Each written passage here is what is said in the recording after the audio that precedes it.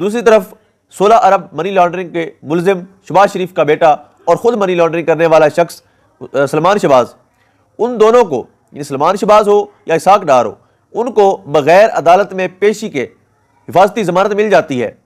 ان کو سرکاری طیاروں میں بٹھا کر پاکستان کی سرزمین پر لایا جاتا ہے، یہاں کا نیلسن مینڈیلا بنا کر پیش کیا جاتا ہے،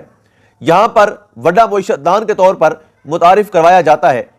اس وقت اس تجربہ کار معیشت دان نے پاکستان کی معیشت کو تباہی کے اس دہانے پر لا کھڑا کیا ہے کہ جہاں ہم نے سوچا ہی کبھی نہیں تھا۔ یعنی آج روپے کی اتنی بے قدری، سٹاک ایکسچینج میں اتنی مندی،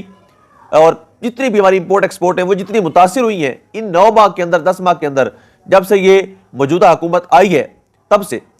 تو اگر ہم اس میں بات کریں، ایسے لوگوں کو پروٹوکول کے ساتھ لایا جاتا ہے، عدالت میں بغیر پیشی کے حفاظتی ضمانت بھی مل جاتی ہے، لیکن اس ملک کا سابق وزیر اعظم جس